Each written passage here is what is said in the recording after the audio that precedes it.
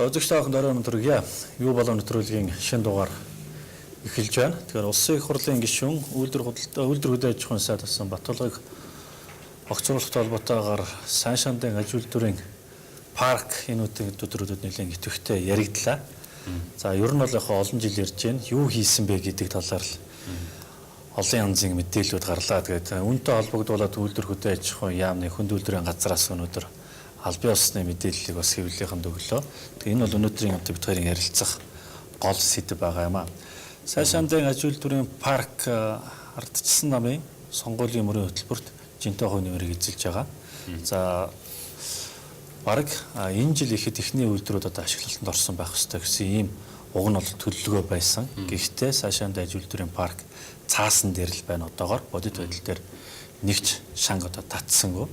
Гэхдээ тодорхой хэмжээний хөрөнгүүд аль хэдийн авал зарцуулчихсан байгаа. Энэ хөрөнгийг юунд зарцуулсан юм бэ гэдээ аваад үзэхлээр цаас үйлдвэрлэсэн гэж нэг талаас хүмүүс шүүмжлээд байна л да. Нөгөө талаас нь хэлэх юм бол судалгаа шинжилгээнийх ажилд нэлээд тэр бөмбөг төгрөгийг зарцуулчихсан байна. За одоо ч гэсэн судалгааныхаа ажил үргэлжилж байна. Тэгэхээр 14 тэрбум төгрөгийг Хөгжлийн банкнаас сайн шантай аж үйлдвэрийн паркт зориулж гаргасан гэж чинь. За үүнээс нэг одоогоор бол нэг 5 орчим тэрбум төгрөг нь бол байгаа. За бусдыг нь бол аль хэдийн зарцуулаад дуусчихсан. Өнөөдөр энэ тал дээр үйлдвэрүүд аж ахуйн яамны хүнд үйлдвэрийн газрын дарга Гамболд сэтгүүлчдэд мэдээлэл хийлээ. За мөн энэ сайн шант аж үйлдвэрийн зохицолбор төсөл дээр одоо ажиллаж байгаа компаниудын төлөөллүүд бас ирж нэмэлт мэдээллүүдийг өгсөн. За тэгэхээр 14 тэрбум төгрөгийг Хөгжлийн банкнаас авчгаад одоо юу хийсэн бэ гэдэг асуудлыг сая үйлдвэрүүд аж ахуйн сайдыг огцруулах асуудлыг их хурл дээр ярьж байгаа юм нэлээд яригдсан л да. Тэгээ энэ үед бол энэ мэдээллийг залруулж хэлэхдээ 9 тэрбум төгрөгөөр одоогийн байдлаар янз бүрийн тооцоо судалгаа, техник эдийн засгийн үндэслэл энэ юмнуудыг хийсэн юм байна. За 5 тэрбум нь бол байж байгаа гэсэн мэдээллийг үйлдвэрүүд аж ахуйн яамны хүнд үйлдвэрийн газрын дарга Гамболд өнөөдөр хийлээ. За одоо цаашдаа сайн шантай аж үйлдвэрийн зохицолборыг ажилуулахын тулд 200 сая доллар эхний ээлжинд одоогоор дахиад хэрэгтэй байна. Дэд үтсийн асуудлыг шийдвэрлэх гэсэн ийм зүйлийг ярьж байна. Тэгээ энэ дээр хамгийн гол нь бид нар бас нэг зүйлийг хэд хэд салгаж ингэж ялгаж заагтаарах ёстой болов гэж боддог. Өнөөдөр сайн шантай аж үйлдвэрийн парк дээр ингээд нэг том хүнд үйлдвэрүүд байгуулад тэнцээ түүхийг нь гаргахгүйгээр боловсруулаад үртэг шигсэн бүтээгдэхүүн болгоод ингээд экспортлох, гангийн үйлдвэр байгуулах, ган экспортлох гэх ийм асуудлуудыг яриад байгаа. Гэхдээ эцсийн дүндээ засгийн газар буюу төр буюу засгийн газрын оролцоотой энэ үйлдвэрүүд байгуулагдах юм уу? Альсвал 51% нь одоо төрийн өмчийн мэдээлэлд 49% нь хувийн өмчийн гэдэг ч юм уу. Эсвэл концессийн гэрээгээр байх юм. Альсвал бүр 100% одоо хувийн өмчтэй. Эсвэл 100% төрийн өмчтэй юм үйлдвэрүүд байгуулах уугүй гэдэг юм ялгаа заагуудыг тодруулж бас харах асуух шаардлагатай болж байгаа юм л да. Өнөөдөр энэ асуудлыг тавьсан. За үйлдвэрүүд аж ахуйн яамны хүнд үйлдвэрийн газрын дарга хэлэхдээ сайн шантай аж үйлдвэрийн парк төр зохицолбор дээр баригддаг гол үйлдвэрүүдийн эзэмшил бол бидний барьж байгаа гол чиг баримжаа 100% алуулах хувийн өмчийн одоо өмчлөлттэй байсан дээр. Тэгэхгүй бол одоо сүүлийн үед харахад дандаа нэг төрийн өмчтэй нэг компани байгуулад үйлдвэр байгуулад нөгөөт нь шууд нөл шахааны бизнес нөл алдагдал болоод одоо байгаа эдийг яа идэ гэж ийм зүйлийг бол байгаль хүсэлгүй байгаа. Хамгийн гол нь төрийн зүгээс юу гэжтэй болохоор тийш явж байгаа дэд үтц тийшээ үйлдвэр төр үйл ажиллагаа явуулахын тулд нүүрс хэрэгтэй болно. Өөрөөр юу гэдэг юм босод ус хэрэгтэй болно гэдэг ч юм уу. Энэ зүйлүүдийг явуулах дэд үтц цаашаа экспортод гарах дэд үтц гэдэг. Энэ зүйлийг техникийн ээлжинд 200 сая доллар хэрэгтэй байгаа гэсэн зүйлийг хэлж байна. 200 сая доллараар яг юу хийх гэдэг гэдгийг тухайн тодруулсан байна. За тэр баригдах үйлдвэрүүд бол бүгд гадаад дотоодын хөрөнгө оруулалтаар баригдана. Тэр нь бол өөрөө улсаас хөрөнгө гарахгүйгээр санхүүжүүлэх. Дэд үтсийн хөрөнгө оруулалтын дээр нь л засгийн газраас зайлшгүй шаардлагатай санхүүжилт хэрэгтэй. Одоо юу ч байхгүй байгаа. Тийм учраас энэ жилийн хувьд бол бид нар гүний усны байгууламжуудыг хийгээд усныхаа нөөцийг бий болгох, хоёрдугаар цахилгаан хангамжийг бий болгох, төмөр замын салаа зам бариад 20 орчим километр төмөр зам болно. Сайн шантай аж үйлдвэрийн зохицлуур дээр аваачих. Мөн автозамын хүн даацын тэрэг явах боломжтой юу? Одоо байгаа босоо тэнхилгийн автозамаас сайн шантай аж үйлдвэрийн зохицлуурын хамгийн ихний ээлжинд баригдах үйлдвэрийн хашаа хүртэл татах ийм дөрвөн одоо төслийг бол 200 сая долларын хөрөнгө оруулалтаар эхэлье. Энийг эхэлчихвэл үйлдвэр барихад ус цахилгаан зам нь очиж чинь ингээд тоног төхөөрөмж очих бүрэн боломжтой болно гэж үзэж байна. Сайн шандад аж үйлдвэрийн парк байгуулах тухай анх санал гарч байхад олон хүн нэг зүйлийг ярьж ирсэн. Говьд ингээ хүнд аж үйлдвэрийн төв бий болгох чинь. Гэтэл говьч нь өөрөө усны их ус урна тийм хүрэлцээтэй байдгүй газар гэж байна. Ийм нөхцөлд яаж бид нар үйлдвэрээ ажиллуулах юм бэ гэж хэлсэн шүү дээ. Одоо хүртэл тэр шүүмжлэл яг сонсогддог л доо. Тэгээ одоо яг мэдээж ингээд техник эдийн засгийн үндэслэл бас одоо судалгааны ажлыг хийх явцдаа энэ усны асуудлыг яаж шийдэх вэ гэдгээ мэдээж л давхар тооцоочл яваа байх л та. Одоогоор яригдж байгаа хувилбарууд нэг юу байна вэ? Жишээлбэл одоо тэр хэрлэн голоос маш урт хэмжээний турбаа татаад усаа зөөвөрлөх тухайн санал яригдаад энэ одоо бодиттой санал юм уу? Эсвэл энэ саналыг сонгож авчаад яг энд одоо юу гэдэг зураг төслөөр явнаа гэдгийг нэг шийдчихэд байна. Тэгээ өнөөдөр бол энэ усны асуудлыг шийдэх шийдлийг олсон гэдэг юм зүйлийг бас мэдгдлээ. Гэхдээ яаж вэ гэдэг дээр хэрлэн голоос 240 км 1000 мм-ийн голчтой хос турбаа татаад ингээд сайн шандын аж үйлдвэрийн зохицолбор руу хүргэх юм байна. За ингээд энэ усаар одоо үйлдвэрийн усны хэрэгцээг хангана гэсэн ийм тооцоотой. Тэгээд энэ техник эдийн засгийн үндэслэл бусад одоо зураг төслүүдээр наривчсан судалгаанууд нь хийгдсэн юм уу үгүй мүү гэдээ асуухлаар хийгдэг юм байна. Ягаад гэвэл энэ зураг төсөл юмнуудыг хийхэд 2 сая доллар ихний ээлжинд хэрэгтэй. За энийг бүр бодиттой ажил хэрэг болгоод хэрлэн гол дээр одоо томоохон усан далан одоо барих нь шүү дээ. Тэр усан далангаас наашаага ус татан заад мэдээж хэрэг тэрийг явуулахын тулд цахилгаан стандарттай болно. Төслүүд хийгээд явуулахад нийтдээ хэдэн дөрөвний санхүүжилт хэрэгтэй гэсэн 508 сая $5 санхүүжилт хэрэгтэй гэдэг ийм зүйлийг хэлж байна. Үндсэндээ 200 сая доллараар нөө дэд үтсээ шийдэх гэдэг байгаа шүү дээ. Тэгж мэдэгдсэн шүү дээ. Тэрнээс гадна 508 сая доллараар усны асуудлыг шийднэ гэдэг бол ус гэдэг бол өөрөө бас л суур одоо хэрэглээ шүү дээ. Тэгэхээр энэ өөрөө бас дэд үтсийн зардлалд оруулаад явах үндсэн боломжтой гэж харагдаж болохоор байгаа юм л да. Үндсэндээ нийт ихний ээлжинд бол 508 231 708 сая доллар. Тэгэхээр энэ наривчсан судалгаа гараагүй. Эхний одоо санал байдлаар харж байгаа нь бол ийм зүйлүүд харагдаж байна гэсэн юм зүйл хэлж. За 508 сая доллар хаанаас яаж олох юм бэ? Санхүүгийн хүйс өрчин өөрөө тодорхой юм гэдэг асуудал мэдээж хэрэг тавигдаж таарна. 200 сая долларыг бол Чингис бондоос одоо ингээд санхүүжүүлээд олгочих юм бол за одоо зүгээр шууд хэлэхэд засгийн газар дотроо энэ асуудлыг ингээд шийдэхдээ өөр байр суурьтай ингээд шийдэж чадахгүй байгаа учраас өнөөдрийг хүргэжлээ гэдэг ийм зүйлийг үйлдвэрүүд аж ахуйн яамны хүнд үйлдвэрийн газрын дарга ган болд хэлж байна л да. Тэгээ 200 сая долларыг бол ийшээ оруулах юм бол ингээд шийдчих болно. За 888 төсөл гэдэг Чингис бондоос 888 төсөлд одоо нэг их 80 төгрөг гэх мэтчлэн ийм мөнгөийг ингээд зарцуулах гэж байна. Гэтэл энэ өөрөө эдийн засгийн тооцоо судалгаа сайтаар өрөөгөөж эзээ өгье гэдэг нь тодорхой биш байна. Харин энэ бол тодорхой гэсэн ийм зүйлийг өнөөдөр хэллээ л дээ. Гэхдээ энэ дэр мэдээж хэрэг эдийн засгчид одоо юу гэдгийг яг тодорхой одоо мэдээлэлтэй хүмүүс бол өөр өөрсдийн бас байр суурийг нийгэмд илэрхийлсээр л байдаг. За ямар ч байсан усны асуудлыг 508 сая доллараар шийдэх юм байна. Энэ нь бол одоо юу гэдгийг нэгэнт сонголтоо хийгдсэн байгаа гэсэн үг. Тэгээ эхний байдлаар одоо усны асуудлыг шийдэхин тулд ийм гарц байна л гэдэг санал яригдчих гэсэн үг. Одоо тэр саналыг боловсруулаад бүр нарийн техник эдийн засгийн үндэслэл болгоход одоо тэр дахиад цаас үйлдвэрлэхэд 2 сая доллар хэрэгтэй гэсэн үг байхгүй. Тэгээд 508 сая доллар хэрэгтэй гэж.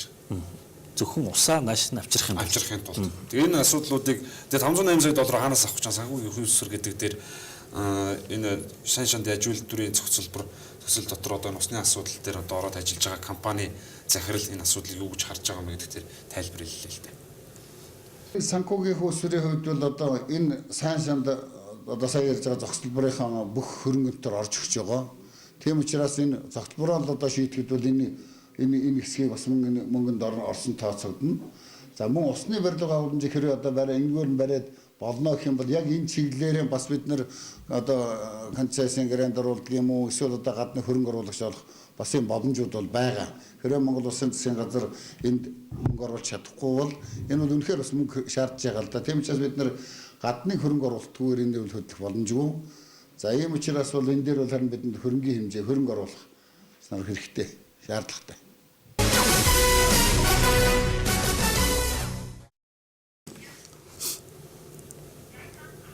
Тэгээд сайн шанд аж үйлдвэрийн паркт ингээд зарчсан байгаа хөрөнгө гаргалаар ингээд тэрбумаар тоологдоод байдаг. Хийсэн ажлын аргалаар ингээд цаас үйлдвэрлэжсэн байгаа гэдэг. Гэтэл юу гэдгийг зарим тохиолдолд ийм хэмжээний хөрөнгөөр бол бодит бүтээн байгуулалт босчихсон байх ёстой гэж бас ингэж хараад хүмүүс байна л да. А нөгөө талаас техник эдийн засгийн үндэслэл нь бүрэн хийгдээгүй. Шаардлагатай дээр судалгаа шинжилгээнүүд нь дутууд үлмэг байгаа ийм төсөлд яагаад хөрөнгө зарчих вэ гэдээ бас ингэж асуугаад байна. А гэтэл тэр зарсан хөрөнгө орчин бид нар судалгаа шинжилгээгээ хийсэн гэж нөгөө талаас ингэж хариу тавиад байдаг.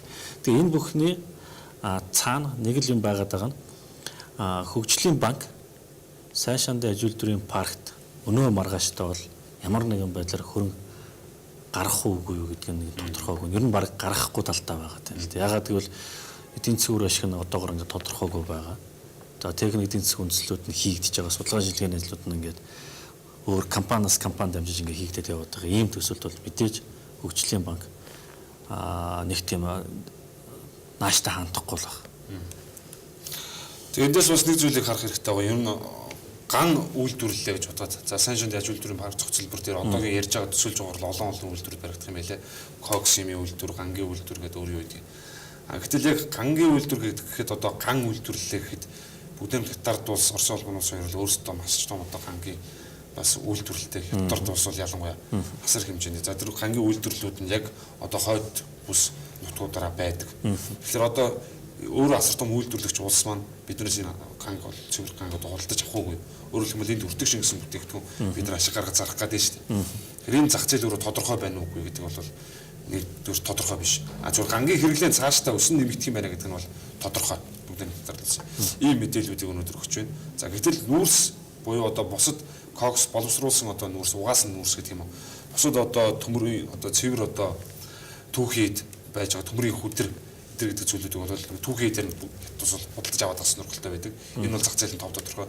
Яг нэг өртөг шингээсэн бүтээгдэхүүнийг зарахад авах зах зээл байна уугүй юу? Энэ тодорхой мэдээлэл бол өнөөдөр бас үйлдвэрүүд аж ахуйнаас харах өгсөн үл дээ.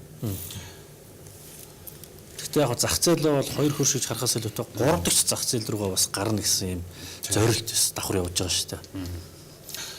Тэгээд энэ сэдвийг ингээд энд хүргээд хай. За ер нь бол энэ асуудлаар нэлээд ярьсан. За цаашдаа ч тийм бас яригдчих таарах байна. Өнөөдөр болсон за сүүлийн үед болсон бас нэг асуудал бол олон нийтийн анхаарлыг татчихна. Юу гэхээр хуучин ашигтмал газрын зүйн газрын одоо дарга алсан амар сайхан одоо хэрэг шүүхэр тогтоогдоогүй байхдаа хэрэг шалгагдчих байхын явцдаа ингээд хорих газар харамсалтайгаар амьсаа алдсан юм гээд олонний анхаарлыг татсан. Тэгээ энэ бол өөрөө шууд хүний эрхтэй холбоотой асуудал. Шүүгээр хүний гин буруудаа тогтоогоогүй байхад хэнийгч гэмт хэрэгтэй гэж үзэх ёсгүй. Тэгэхээр үндсэндээ тэр хүний хорж байгаа тохиолдолд бол тэр хүний амнаас эрүүл мэнд бүх асуудлыг тэр өөрийнхөө мэдлэлдээ байлгаж чана л гэсэн үг. Монгол улсын ерөнхийлөгч алсан одоо их үер бас өсгөн зарлаад урьдчилан орохт ингээд хоригдоод ингээд байж хат өсгөн зарлаад ийм асуудал болоход яг л ийм процесс явж байсан ш тэрнийг өхүүлж болохгүй гэдэг үднээс имжлэгээр одоо хүчлэн хийх гэж байсан гэдэг ч юм. Ийм зүйлүүд болж байсан. Тэгээд өнөөдөр энэ асуудлаар улсын хурлын хүний эрхийн дэд торооноос за улсын хурлын гишүүдээс бол аль биесээр байр суурь илэрхийлж байна. Илэрхийлэхдээ өнөөдрийн байгаа энэ тогтолцоо өөрөөр хэлэх юм бол хүнийг одоо шүүж хорж байхдаа яаж одоо хүний эрхийг зөрчиж болдог вэ гэдэг тогтолцооны системийн гажиг буруу үйл явц бас байна гэдэгтэй холбож шүүмжилж байна л да. Тэр ч үүднээс өнөөдөр нь хууль шүүхийн салбартаар орж ирж байгаа шинжилгээг бас цааш нь яарвчилж явуулах ёстой ийм зүйл дахин давтагдаж гарах ёсгүй гэдгийг байр суурийг аль биесээр илэрхийлж байна. Хэрэгт сэжиглэгдээд шалгагдаж явах явцдаа ямар нэгэн байдлаар тэр хүний эрүүл мэндэд аюул замд учрах юм бол эрсдэл учрах юм бол зайлшгүй эрүүл мэндийн үйлчилгээ тэр хүн авах хэрэгтэй. За нөгөө талаас ингээд саатуулагдчихад хичнээн удаа дуудагдаж байцаагдав. Тэр тоо болгоныг харах тол юм шиг байна бол. За магадгүй ингээд жил хагас жил ирээтэй ингээд саатуулагдсан байж байгаа байцаагцсан тоог нь аваад 5 6 байх юм бол энэ бол одоо жинхэнэ залхаан зэрлүүл гэж харагдахаар байна шүү дээ.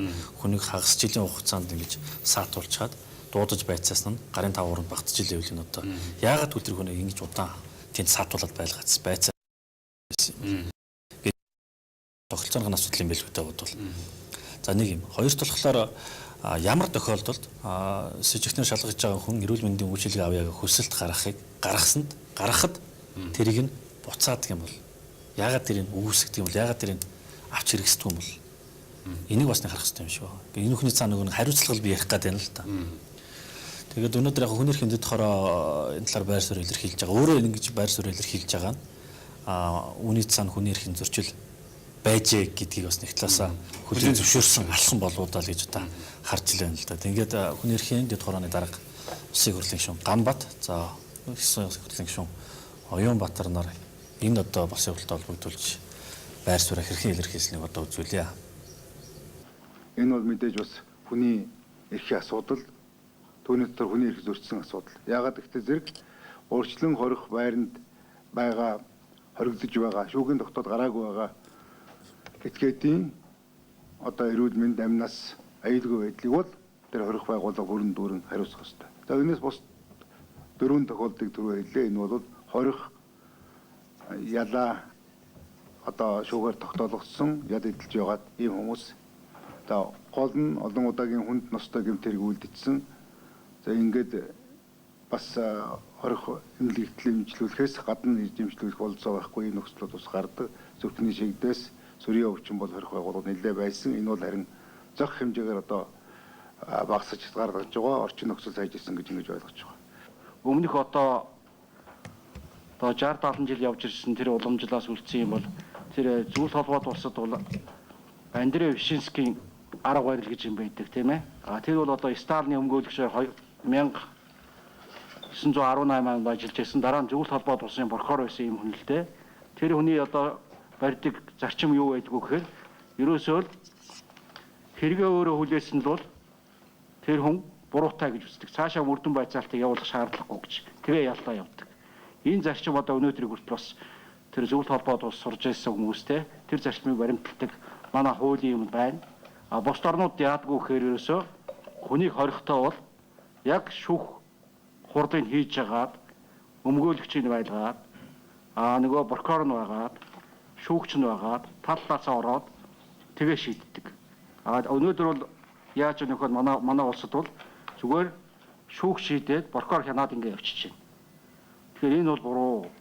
Энэ одоо стандарт шаардлага нийцүүлэхийн тулд гэмт хэргийн тухай хууль орж ирж байгаа. Гэмт хэргийг хянан шийдвэрлэх тухай хууль орж байгаа.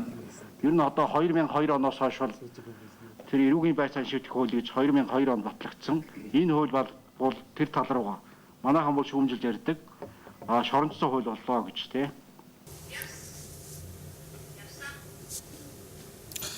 Тэгэхээр хүний эрх зөрчигдөж байгаа асуудал яригдж байна. Газрын төсний газрын дарга гэсэн амар сайхан их амиа алдсан нь бол харамсалтай хэрэг болсон. Гэхдээ өнөөдөр улсын хурлын хүний эрхийн дэд хорооноос улсын хурлын гишүүдээс ингээд мэдээлэл хийгээд зүгээр ингээд өнгөрч байна.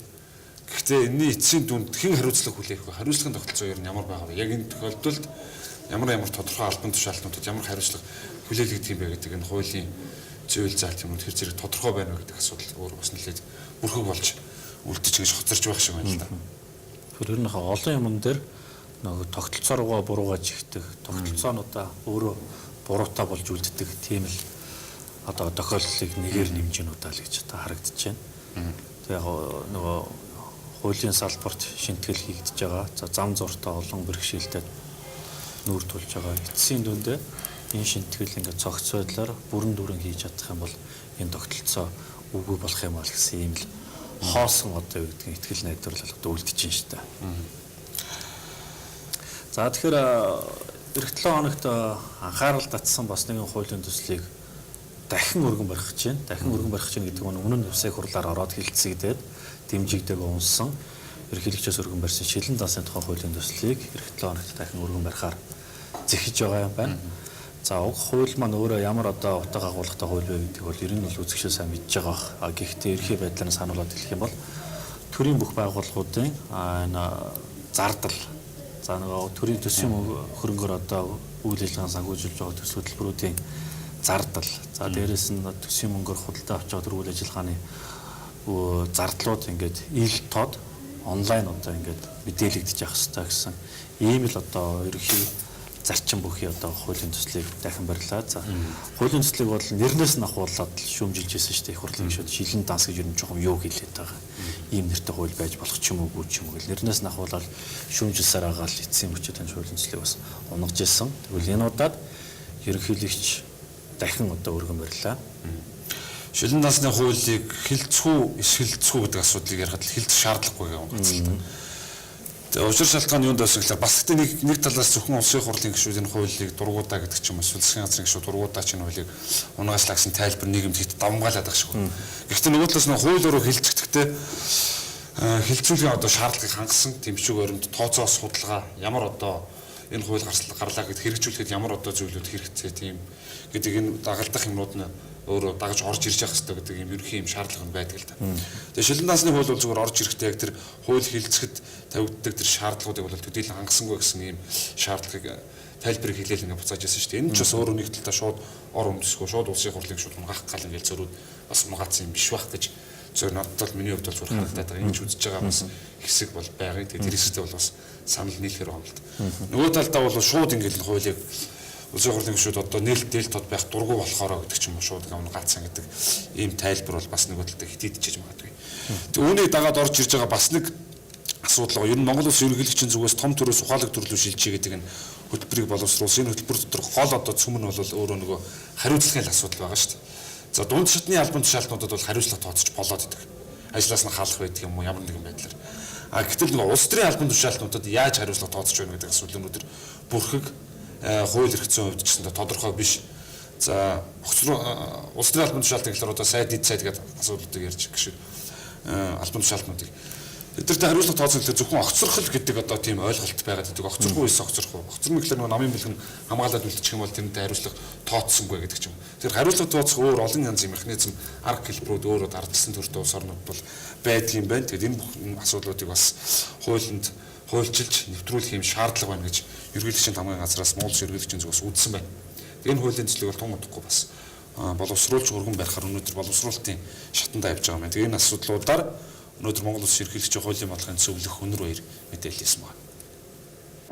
Яг хөө бид нар засгийн газрын бүтэц зөвлөлтөөнтэй холбоотой асуудлаар цаашдаа ерөнхийдөө засгийн газрыг хариуцлагатай болгох чиглэлээр ялангуяа төрийн сонгогдсон болон томилогдсон албан тушаалтнууд энд бол голд нь улс төрийн албан тушаалтнууд байгаа шүү дээ. Эднэртэй хариуцлага тооцох асуудлаар бол хуулийн төсөл бэлэн болгоцсон. Энэ дээр ажиллаад ер нь бас өргөн барих тийм чигтээ ажиллаж байгаа. Тэгэхээр бол ерөнхийдөө төрийг хариуцлагажуулах засгийн газрын зөв бүтцрүүлэх чиглэлийн асуудал дээр бол ерөнхийлөгчийн зүгээс бол юу гэндээ энэ асуудлаар хууль саншлахгүй орхих ч юм уу энэ асуудлаар анхаарал хандуулахгүй орхих юм бол байхгүй гэдгийг хэлье. Та бүхэнд өмнө ч гэсэн би нэг мэдээлэл хийжсэн баг. Өнөөдөр манай төрийн албаны хуулиар төрийн жинхэнэ албан тушаалтнуудад хариуцлага тооцож чаддаг юм. Ямар нэг юм чинь тийм ч шүүхтэр нэг маргаа яваад шүү дээ. Төрийн жинхэнэ албаг шиг халлаагүй нэг сонгуулийн зөвлөлт энэ чинь нэг тийм хуулийн хариуцлага тооцох механизм байсан. За улс төрийн албан тушаалтнуудаар та бүхэн тэр бүр тийм сонсог баг. Энэ бол хуулийн хариуцлага тооцох механизм байхгүйтэй холбоотой. Гэтэл маш олон хуулиуд дээр улс төрийн албан тушаалтнууд хууль зөрчигдсөн тохиолдолд яах гэдэг хуулийн заалтнуудыг хариуцлага тооцох процесс нь байдаг.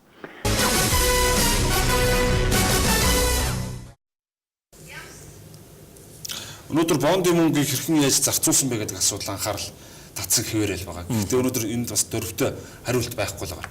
За бондын зөвлөл гэдэг байгууллага өөрөө байгуулж байсан. Гэхдээ энэ үрийг хууль эрх зүйн хүрээнд байгуулагдсан байгууллагагүй гэдэг аваад үзэхээр бас эргэлзээтэй бондын зөвлөл гэдэг байгууллага байна гэдэг тийм хууль угаасаа гараагүй. Тэгээд бондын мөнгийг орж ирээд бондын зөвлөл гэдэг нь байгууллага. Тэр бондын зөвлөлийн одоо гэдэг нь өөрөө хууль ёсны байгууллага байж чадахгүй гэдэг нь эргэлзээтэй учраас тэр байгууллагаас гаргаж байгаа тушаал шийдвэр тогтоолууд нь бас хүчин төгөлд рүү үгүй гэдэг нь маргаан уснаа. Тэгэхээр нөө бондын зөвлөлөөс гаргасан захирамж буюу 3 төгрөгийн нэг нь зөвхөн бондын мөнгө, нөгөө хоёр нь одоо бусад одоо хувийн хвшлийн секторын мөнгө байна гэсэн ийм зөвлөмж гаргасан л та. Тэгээ энэ зөвлөмж өнөөдөр хангалттай хэрэгжсэн, хангалтгүй хэрэгжсэн хэсгээр өнөөдөр үндэсний аюулгүй байдлын зөвлөлөөс бас нэг чиглэл шийдвэр гаргасан. А гэтэл үндэсний аюулгүй байдлын зөвлөл гэдэг маань өөрөө бас ямар статустай ер нь засгийн газар чиглэл өгөхлөөр засгийн газар тэр чиглэлийн дагуу ямар арга хэмжээ авч юу хэрэгжүүлж байх ёстой гэдэг нь хуулинд бол бас тодорхой байдаг л та. Тэгээ энэ бүх асуудлуудаар үндэсний аюулгүй байдлын зөвлөлөөс одоо чиглэл гаргасан. Одоо засгийн газар яах ёстой юм бэ гэдэг дээр бас нэг тийм олон нийтийн дунд ойлгомжгүй байдал үүсчихэд байсан. Тэгээ энэ асуудал дээр манай сэтгүүлч өнөөдөр бол бас тодруулга авсан байна л да. Тэр нь бол яг хариуцлага алдсан нөхдүүдтэй хариуцлага тооцоо гэсэн ийм л зөвлөмжийг өгч гисэн байгаа шүү дээ. Тэгээд нөгөө хуулийн хүрээнд ярих юм бол үндэсний аюулгүй зөвлөлөөс гаргасан тэр зөвлөмжийг засгийн газар ямар нэгэн байдлаар дагаж одоо хэрэгжүүлэх ёстой. Тогтоох шийдвэр гаргаж одоо тэр зөвлөмжийг биелэлтийг хангаж явах ёстой. Тэгээд хариуцлага тооцсон гэхээр одоо яана гэсэн үг юм. Хариуцлага алдсан нөхдүүд гэхээр одоо тэр нэг юм болчиход байгаа. Одоо бондтой ингээд холбоод ярих юм бол хамгийн түрүүнд бол эдийн засгийн хөгжлийн сайд Батбаярын л одоо нэр орж ирж байна те. Тэгэхээр Батбаяртай хариуцлага тооц гэж одоо Улсын аюулгүй зөвлөлөөс зөвлөмж хөрвүүлж байгаа юм байна. За хариуцлага тооцны хэр улс төрийн албан бол огцруулах тухай асуудал иргэдэг шүү дээ. Тэгэхээр юу гэсэн хариуцлага тооцоо гэсэн зөвлөмж гаргасан гэдэг нь энэ нөхөртөө одоо энэ нөхрийг огцруулаач гэсэн зөвлөмжийг тойм утгаар одоо өгсөн юм уу гэж харахаар байгаа даа. Гэтэл өнөөдөр манай хууль эрх зүйн засаглалын хооронд тийм бас нэг тийм сонин тодорхойгүй ч гэх юм уу эсвэл нэг тийм сонин байдлын дэс анзаарэгдэж байгаа юм л да. Засгийн газрыг улсын хурл томилж ажилуулдаг. За улсын хурлын өмнө засгийн газар улсын хурлын өмнө л очиж ажиллаад тайлхнадаг. Ер нь хуулиараа. Тэгэхээр үндэсний аюулгүй байдлын зөвлөл, за бондын зөвлөл гэдэг ч юм уу энэ байгууллагуудаас засгийн газарт чиглэл өгж болно. Ерөнхийлөгч гэсэн өөрөө засгийн газарт бас чиглэл өгнө гэдэг юм үндсэн хуулинд байдаг. Тэгэхээр Монгол улс ч өөрөө парламентын засаглалтай юм уу? Эсвэл хагас парламентын засаглалтай юм уу?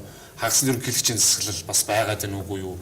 Үндэсний аюулгүй байдлын зөвлөлийн дарга өөр Монгол улс ерөнхийлөгч байдаг л да. Энэ утгаараа нэг ийм тийм сонин тийм ойлгомжгүй юм шиг тийм нөхцөл байдал асуулт эндээс ургаж гарч ирж байгаа юм л да. Гэхдээ одоо чиний нэр дурдаад байгаа хоёр зөвлөлийг харьцуулж ярих юм бол үндэсний аюулгүй байдлын зөвлөл нь бол арай эрх зүйн чадамжтай байгаа шүү. Нөгөө зөвлөлд арах юм байна. Хуультай. Тэр энэ асуудлуудаар үндэсний аюулгүй байдлын зөвлөлийн хуульч мэргэнгээс манай сэтгүүлч тодруулах авсан байна. Ер нь одоо засгийн газарт ингээд чиглэл ингээ өгчлөөр ямар хугацаанд засгийн газар ямар арга хэмжээ авч хэрэгжүүлж байх ёстой хуулийн хүрээнд иргэд олон нийтийн дунд бол үндэсний аюулгүй байдлын зөвлөлөөс бондын юмд анхаарал хандуулсан байна. Гэхдээ нэг тодорхой тогтоол гаргасан байна. Одоо яах ёстой цаашаа гэдэг ийм асуулт хүлээлт үүсч эхлэв. Өнөөдөр улс төрийн янз бүрийн сайдыг огцруулахгүй гэдэг бужигнаан дунд энэ бондын мөнгийг хэрхэн яаж зарцуулсан бэ гэдэг асуудал өөрөө нэлээд бүдгэрээд ингээд анхаарлын төвөөс бас гарч явах гээд байна гэсэн ийм өнцгөөс манай сэтгүүлч өнөөдөр энэ асуудлыг хүндсэн байгаа маа. Тэгээд мэдээллийг тав хүнд хүргэе. Үндэсний аюулгүй байдлын зөвлөл гэдэг бол өөрөөсөө ямар нэгэн хууль тогтоомжоор яасан тухайн албан тушаалтан байгууллагад бол ямар нэгэн хариуцлага хүлээх бол эрх зүйн субъект бол биш.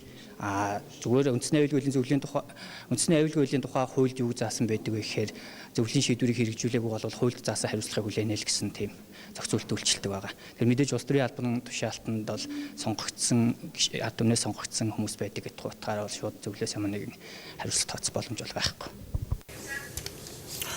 Үндэсний аюулгүй байдлын зөвлөлийн хуульч мэргэн асуудлыг ингэж тайлбарлаж байна. Тэрийн дагуу бол одоо засгийн газар үндэсний аюулгүй байдлын зөвлөлөөс гаргасан энэ чиглэлийн дагуу ажиллах одоо юм зүйн ёсны шаардлагатай тулгарч байгаа маа гэдэг асуудал ойлгомжтой болж ирж байна. Нөгөө талдаа улсын хурал дээр зэрэгцээ параллел бас нэг асуудал явж байгаа. Монгол улсын 2014 оны төсөвт тодтгол хийх, за төсвийн доктортой байдлын тухай хуулийн дүгнэлт дагаад өөрчлөлт оруулах, төсвийн өрөөний мэдээллүүдийг бас өөрчлөх гэх мэт. Үүний хажуугаар зэрэгцүүлээд бас нэг шаардлага тавигдаад байгаа. Тэрний үг лэр бондын мөнгийг хуулийн дагуу төсвийн хүрээнд оруулж ирээ гэдэг асуудал хүчтэй яригдж байна. Энэ яригдж байгаа яриа маань өөрөө бодиттой ажил хэрэг хэрвээ болох юм бол энэ бондын зөвлөмөл гэдэг энэ байгууллага маань эрх зүйн чадамжтай үгүй гэдэг өнөөдөр яриад байгаа байгууллага маань татан буугдаж таарна. Энэ бол байгаад ах шаардлагагүй. Ягаад гэвэл төсвийн хуулиараа улсын хурал энэ бондын мөнгийг засгийн газар хэрхэн яаж зарцуулж байна гэдгийг хянаад эхэлчихнэ гэсэн. Өөрөөр хэлэх юм бол нэг зарчимдаа орж байна гэсэн үг. Иймэрхүү дүр зургууд бол өнөөдөр бас зэрэгцээ улсын хурал дээр өрнөж байгаа. Тэгээ эх 7 хоногт 2014 оны төсвийн тодтголын хууль, за төсвийн доктортой байдлын тухай хууль, бусад дагалдах хуулиудыг үргэлжлүүлээд хилцээд явхад энэ асуудал илүү одоо тодорхой болох хаа гэсэн юм зүйл харагдаж байна. Тэгэхээр энэ 7 хоногт засгийн газрын хоёр гишүүнийгч одоо огцруулах уугүй гэдэг асуудлыг хэлэлцэнэ гэж бид нэр даваа гарагт бас мэдээлж ирсэн. За нэг гишүүнийг бол улсын хурал шийдвэр гаргаж чөлөөлсөн үйлдвэрүүд аж ахуйн сайд Батбаяр их улсын хурлын гишүүн одоо болж байна. Өөрөөр хэлбэл давхар дийлээ тайллаа. За нөгөө нэг гишүүн болох Тэмүүжний асуудлыг бол хилцэх шаардлагагүй болсон. Яагаад гэвэл хуулийн төслийг өргөн барьсан улсын хурлын гишүүн Баасанхүү төслөө эргүүлэн татсан. Эргүүлэн татахдаа түр татаж байна гэсэн тодтолтойгоор хэлж татаад байгаа. За ингэснээр бол энэ асуудлыг хэлцэх ямар шаардлага болсон. Өөрөөр хэлбэл улсын хурал сар гаруй хугацаанд шал дэмий асуудлаар одоо хилцүүлэг зохион байгуулж цаг хугацаа алдсан. За Баасанхүү гишүүн өөрөө оомсонд хавшуулагдсан орж ирсэн гишүүн гэсэн ийм нэр зүйлээ. Иймэрхүү л одоо дүр зураг өнгөрсөн хугацаанд улсын хурал дээр болж өнгөрлөө. Тэгээд юу болов нэвтрүүлгийн Баасан гарагийн дугаар ийхүү өндөрлөж яана үзэгчтэй. За эх 7 хоногт мөн улсын хурал дээр ашигт малтмын хууль төслийг үргэлжлүүлэн хэлэлцэн. За мөн шилэн дасны тухай хуулийг өргөн барихлаар зэрэг мөн одоо бас ингэж хэлэлцэх шатандаа орох баха. Ингээ үзэгчдийн юу болон нэвтрүүлгийн ээлж дугаар өндөрлөлөө. Бидний хамт байсан танд баярлалаа.